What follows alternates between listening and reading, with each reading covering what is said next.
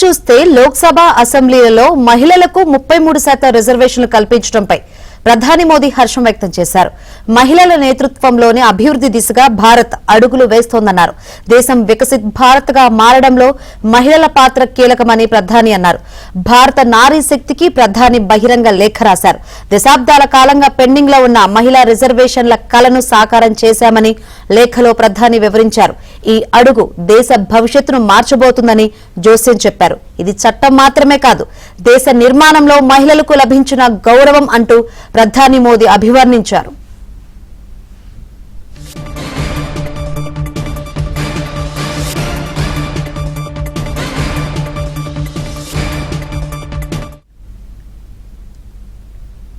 Right, భారత నారీ శక్తికి ప్రధాని బహిరంగ లేఖ రాశారు.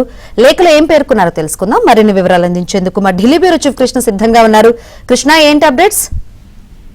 శంకరి, భారత నారీ శక్తికి ప్రధాని మోదీ లేఖ రాశారు. ఇందులో ఈ యొక్క రిజర్వేషన్లకు సంబంధించిన అంశాన్ని ప్రస్తావించారు.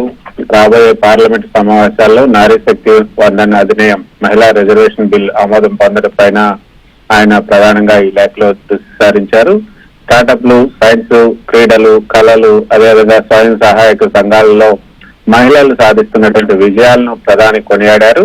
అంతేకాకుండా 100 ఏళ్ల క్రితమే అహ్మదాబాద్ మున్సిపాలిటీ అధ్యక్షుడిగా ఉన్నప్పుడు సర్దార్ పటేల్ మహిళా రిజర్వేషన్ల కోసం కృషి చేశారని కూడా గుర్తు చేశారు.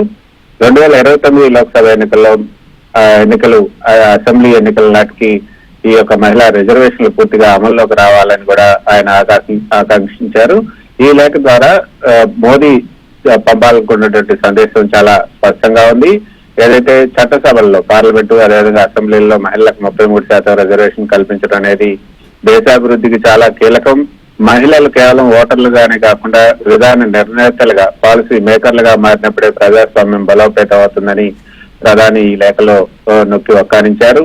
2047 నాటికి భారతదేశాన్ని అభివృద్ధి చెందిన దేశంగా, వికసిత్ భారత్ గా మార్చాలనే లక్ష్యంలో సగం జనాభా అయినటువంటి మహిళల భాగస్వామ్యం నాన్ నెగోషియబుల్, తప్పనిసరి అని కూడా ఆయన ఈ లేఖలో పేర్కొన్నారు.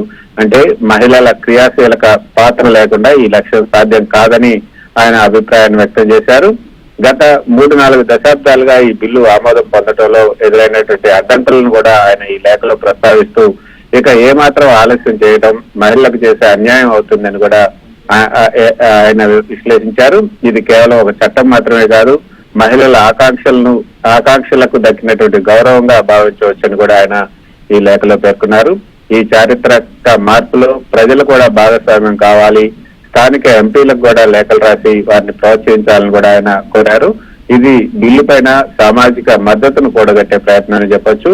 మొత్తానికైతే శంకరి, ఈ సందేశం మహిళా సాధికారికత పట్ల ప్రభుత్వానికి ఉన్న పట్టుదలను ప్రతిబింబిస్తుంది. అదేవిధంగా మహిళల ప్రాతినిధ్యం పెరగటం వల్ల దేశ పాలనలో మరింత సున్నితత్వం, జవాబుదారీతనం, అదేవిధంగా వేగం పెరుగుతుందన్నది ప్రధాని మోదీ ఈ లేఖలో చెప్పదలుచుకున్నారు.